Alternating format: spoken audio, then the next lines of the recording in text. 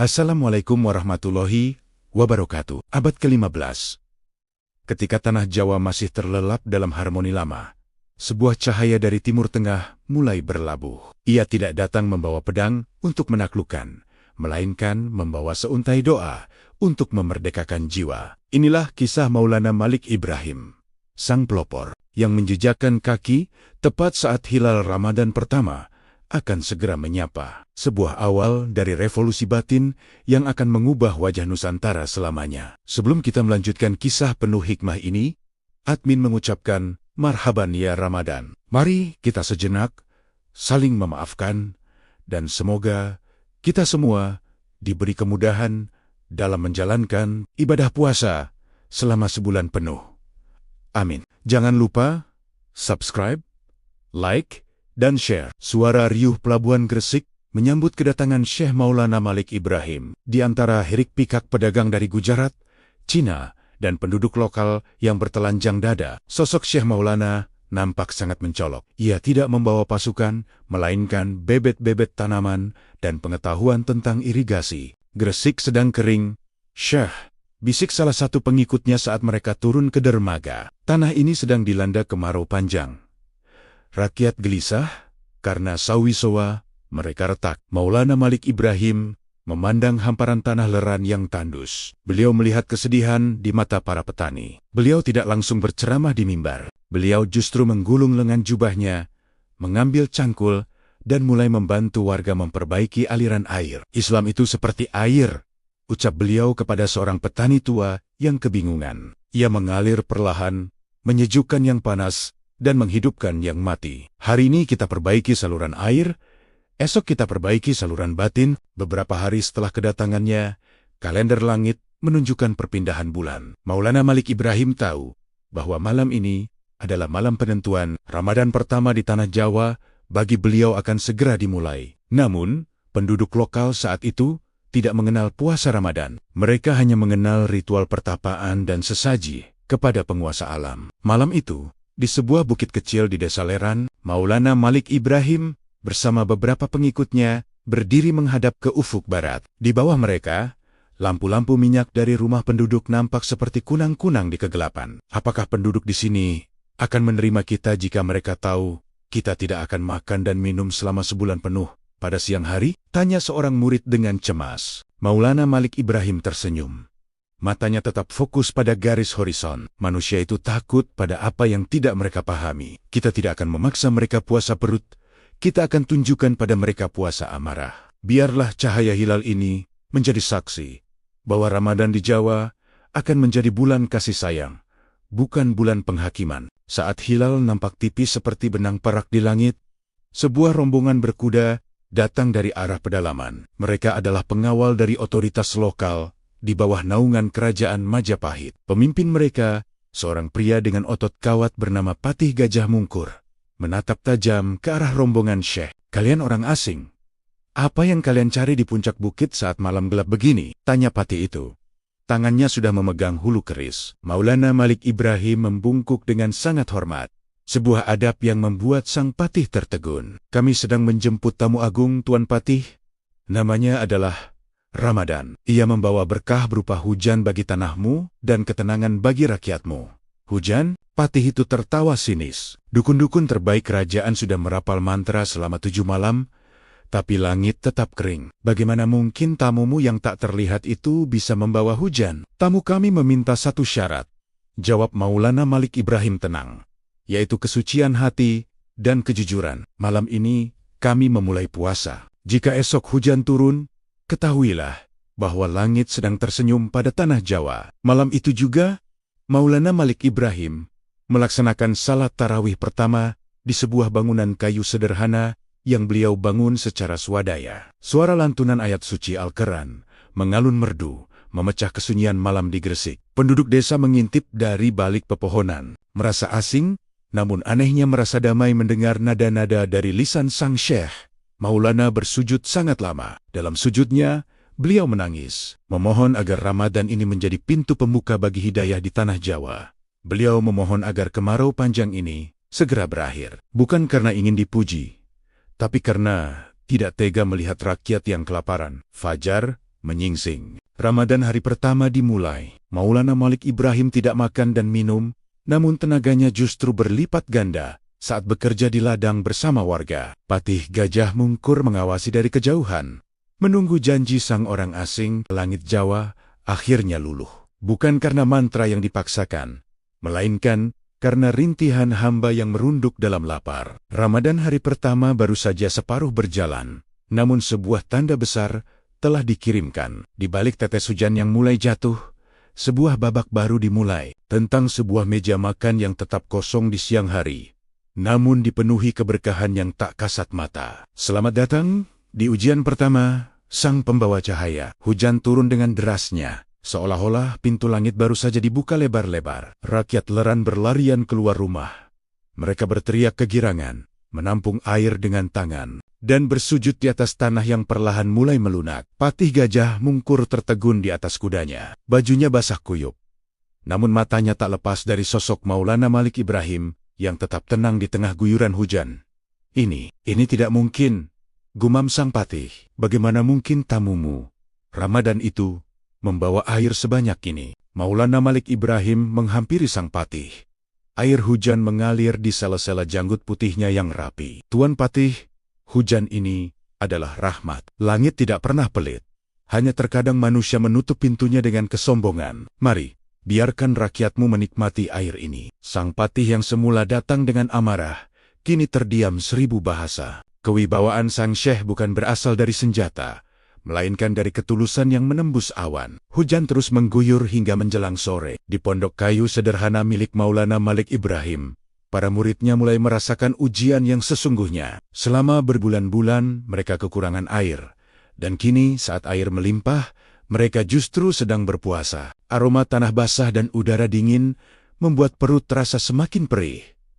Di dapur, meja makan nampak kosong. Tidak ada kepulan asap dari tungku. Maulana Malik Ibrahim masuk ke dalam pondok dan mendapati beberapa muridnya sedang bersandar di dinding kayu dengan wajah pucat. "Syekh," ucap salah satu murid paling muda, "penduduk desa datang membawa hasil bumi sebagai rasa terima kasih atas hujan ini. Ada umbi-umbian, buah-buahan, dan nira manis. Mereka memaksa agar kita memakannya sekarang juga." Maulana Malik Ibrahim tersenyum bijak. Beliau melihat tumpukan makanan pemberian warga di sudut ruangan. "Katakan pada mereka, kita sangat menghargai pemberian itu. Namun, tamu agung kita Ramadan meminta kita untuk menunggu hingga matahari tenggelam. Itulah keindahan puasa. Kita belajar menghargai nikmat justru saat kita menjauhinya." Penduduk desa Leran berkumpul di depan pondok. Mereka bingung, mengapa orang yang baru saja menyelamatkan desa mereka dari kekeringan justru menolak makan di saat pesta rakyat sedang berlangsung. Maulana Malik Ibrahim keluar menemui mereka. Beliau tidak melarang warga makan. Sebaliknya, beliau justru membagikan makanan miliknya kepada warga yang kelaparan. "Mengapa Tuan tidak makan bersama kami?" tanya seorang ibu sambil menggendong anaknya. "Ibu," jawab Maulana dengan suara yang sangat lembut, "kami sedang merayakan rasa syukur dengan cara yang berbeda. Kami sedang menjaga lisan dan perut kami, agar hati kami bisa lebih jernih, merasakan penderitaan orang lain yang tidak punya makanan setiap harinya. Jangan khawatirkan kami, makanlah hingga kenyang." Mendengar itu, hati para penduduk tersentuh. Mereka baru kali ini melihat ada orang yang lebih mementingkan perut orang lain daripada perutnya sendiri. Padahal ia adalah sosok yang paling berjasa hari itu. Saat ufuk barat mulai berwarna jingga keemasan, Maulana Malik Ibrahim menyiapkan beberapa butir kurma yang dibawa dari negeri seberang dan segelas air hujan yang telah dibersihkan. Patih Gajah Mungkur kembali datang. Kali ini tanpa pasukan, hanya seorang diri. Ia ingin menyaksikan apa yang akan terjadi saat matahari tenggelam. Duk-duk-duk, suara beduk kayu sederhana bertalu-talu. Maulana Malik Ibrahim memejamkan mata, membacakan doa buka puasa dengan suara yang menggetarkan sukma. Saat seteguk air menyentuh tenggorokannya, beliau mengucap syukur yang mendalam. Tuan Patih, Maulana menawarkan sebiji kurma kepada sang patih. Inilah rasa manis dari sebuah penantian. Ramadan mengajarkan kita bahwa kenikmatan sejati hanya datang setelah perjuangan. Patih Gajah Mungkur mencicipi buah kurma itu. Rasanya asing, namun manisnya meresap hingga ke hati. "Syekh," Ajarkan aku tentang tamu agungmu ini. Mengapa ia bisa membuat orang sepertimu menjadi begitu tenang di tengah badai? Hujan telah membasahi bumi. Namun Maulana Malik Ibrahim baru saja mulai membasahi hati yang gersang di tanah Jawa. Patih Gajah Mungkur mulai membuka hatinya. Namun, di pusat kerajaan Majapahit, kabar tentang penyihir pembawa hujan mulai memicu kecurigaan besar. Para penasihat raja mulai berbisik, menganggap Syekh Maulana sebagai ancaman bagi stabilitas kerajaan. Tantangan sesungguhnya baru saja dimulai ketika sebuah undangan resmi dari istana datang, meminta Maulana Malik Ibrahim untuk membuktikan kekuatannya di depan sang raja. Ramadan di tanah Jawa bukan hanya tentang menahan lapar, tapi tentang menahan diri dari godaan kekuasaan. Kabar tentang hujan berkah yang dibawa sang wali telah sampai ke telinga Prabu Brawijaya. Namun, istana bukan tempat yang ramah bagi cahaya baru. Di sana, para pendeta dan penasihat okultisme merasa terancam. Maulana Malik Ibrahim diundang bukan untuk dihormati, melainkan untuk diuji di depan meja perjamuan yang penuh dengan jebakan maut. Utusan itu turun dengan angkuh. Maulana dari seberang laut, Gusti Prabu menunggumu di Trowulan. Beliau ingin tahu, apakah hujan kemarin adalah rahmat ataukah sihir yang ingin mengacaukan alam Majapahit. Datanglah sebelum matahari mencapai puncaknya. Murid-murid Maulana Malik Ibrahim nampak cemas. Mereka tahu bahwa pergi ke istana di tengah bulan puasa adalah ujian yang sangat berat. Perjalanan ke Trowulan memakan waktu dan menguras tenaga. Sementara Syekh dan pengikutnya tidak boleh menyentuh air setetes pun. Jangan takut, ucap Maulana Malik Ibrahim sambil mengemasi sorbannya.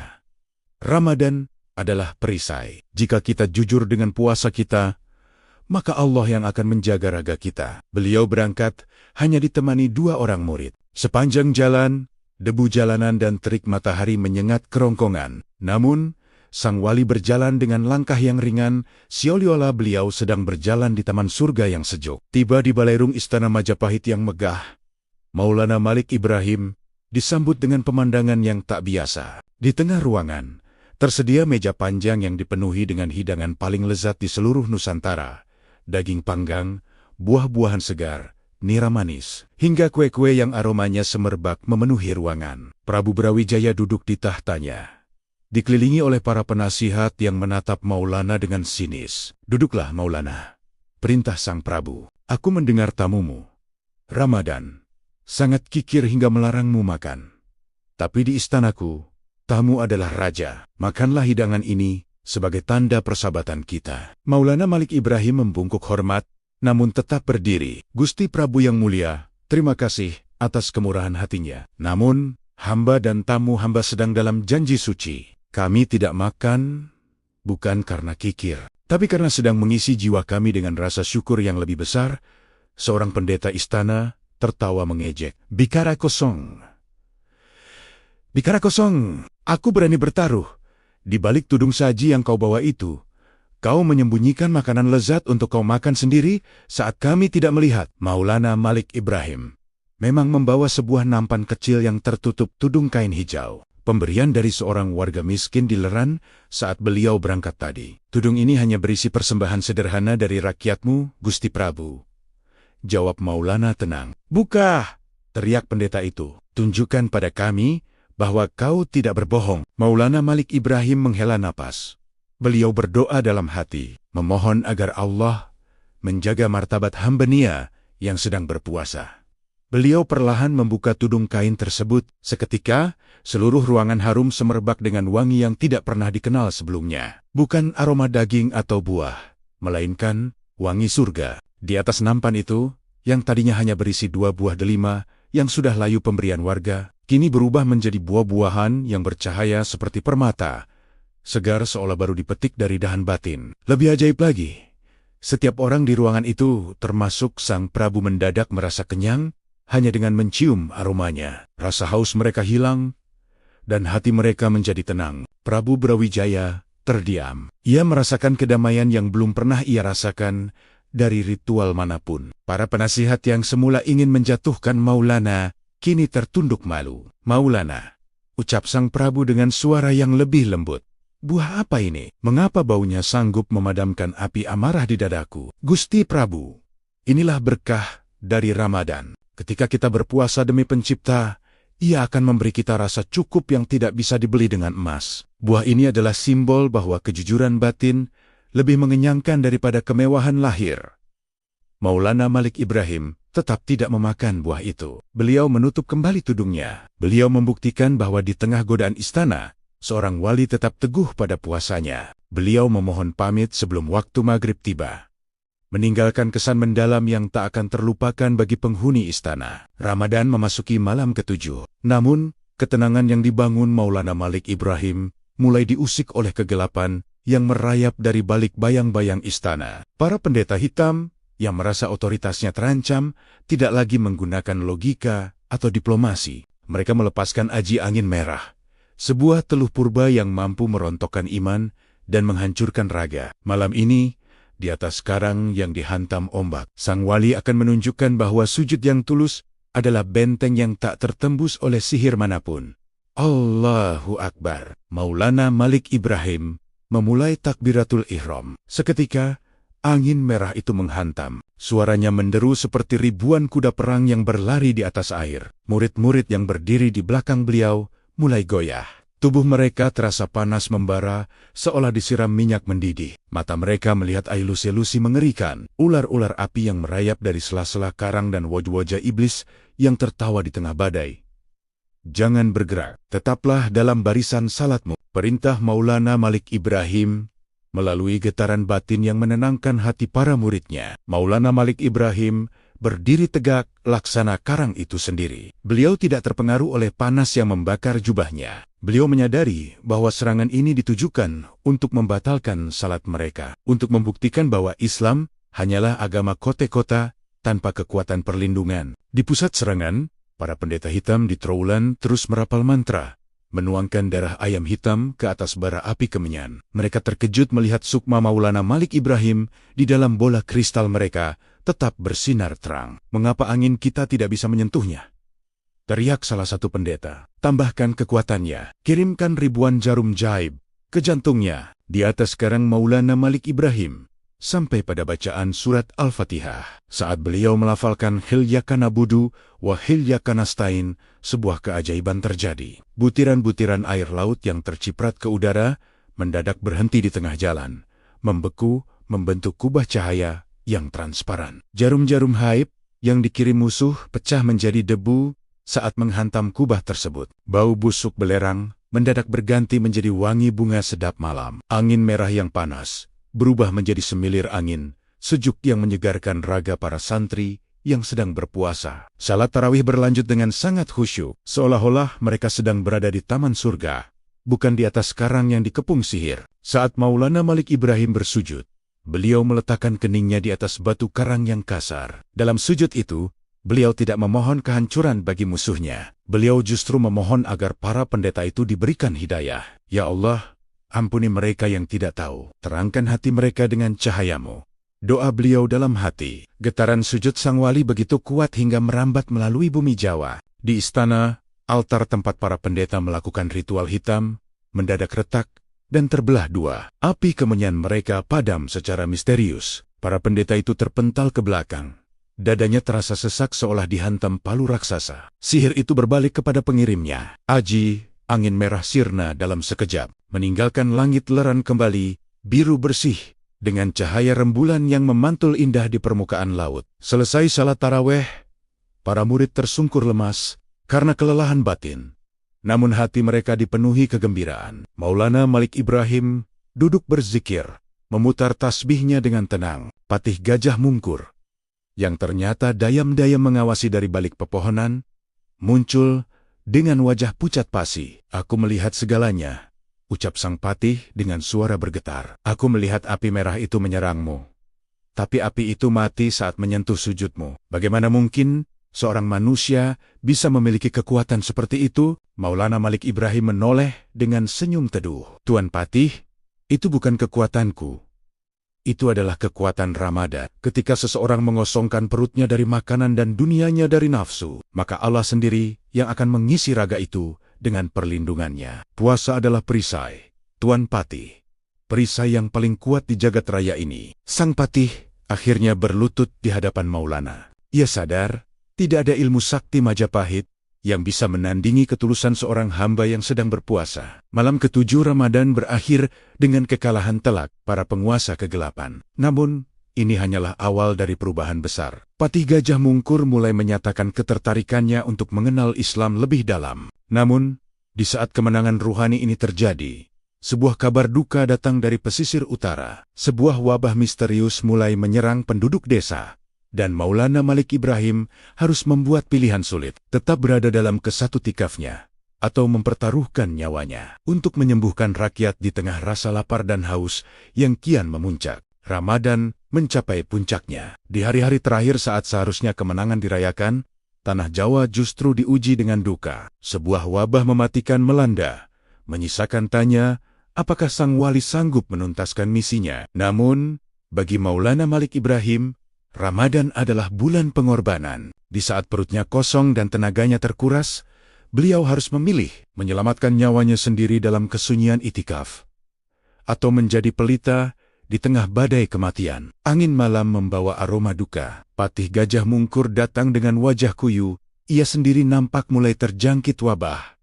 Syekh, rakyatmu tumbang, dukun-dukun kami menyerah. Apakah Ramadan ini akan berakhir dengan pemakaman massal? Maulana Malik Ibrahim memandang ke arah murid-muridnya yang juga mulai lesu. Beliau tahu, ini adalah ujian terakhir dari Sang Pencipta sebelum cahaya kemenangan tiba. Beliau kemudian mengambil sebuah botol kecil berisi air Zam-Zam yang selama ini disimpan sebagai harta paling berharga dari tanah suci Mekah. Tuan Patih, ucap Maulana dengan suara yang tenang namun bertenaga, Allah tidak akan memberikan penyakit tanpa obatnya. Ramadan ini mengajarkan kita tentang kesabaran. Malam ini, di malam-malam ganjil yang mulia ini, kita akan meminta kesembuhan langsung dari sang pemilik nyawa. Maulana Malik Ibrahim tidak tidur. Beliau menghabiskan malam-malam terakhir Ramadan dalam sujud yang panjang. Beliau mencampurkan setetes air Zam-Zam ke dalam tempayan besar yang berisi air hujan yang telah didoakan. Beliau melakukan itikaf bukan untuk dirinya, tapi untuk keselamatan seluruh penduduk Jawa. Keesokan harinya, di bawah terik matahari yang menyengat, Maulana Malik Ibrahim keluar membawa air dalam mangkuk kayu. Beliau mendatangi setiap rumah, memercikan air tersebut ke kening warga yang sakit, sambil melantunkan ayat-ayat as-Syifah. Ajaibnya, mereka yang tersentuh air itu mendadak merasa sejuk. Panas di dalam tubuh mereka padam, dan kekuatan mereka kembali pulih. Rakyat yang semula putus asa mulai bangkit dan bertakbir. Mereka melihat Maulana Malik Ibrahim sebagai malaikat tanpa sayap. Meskipun beliau sangat lemas karena tidak makan dan terus bekerja di bawah terik matahari, cahaya di wajahnya justru semakin terang. Patih Gajah Mungkur yang juga sembuh seketika bersujud di depan Maulana. Syekh, aku tidak butuh bukti lagi. Tuhanmu adalah Tuhan yang Maha Penyayang. Izinkan aku menjadi bagian dari pengikutmu. Maka, di ambang berakhirnya Ramadan, sang patih dan ratusan penduduk desa bersyahadat di hadapan sang wali. Sebuah kemenangan yang lebih besar daripada sekadar menjinakkan badai atau mengalahkan sihir. Malam itu, hilal Syawal nampak dengan indahnya di ufuk barat. Sebuah pemandangan yang menandai berakhirnya Ramadan pertama yang penuh dengan mukjizat. Allahu Akbar, Allahu Akbar, Allahu Akbar. Suara takbir mengangkasa dari masjid kecil di Leran. Ini adalah pertama kalinya bumi Jawa mendengar seruan keagungan Tuhan secara massal. Tidak ada lagi sesaji di bawah pohon.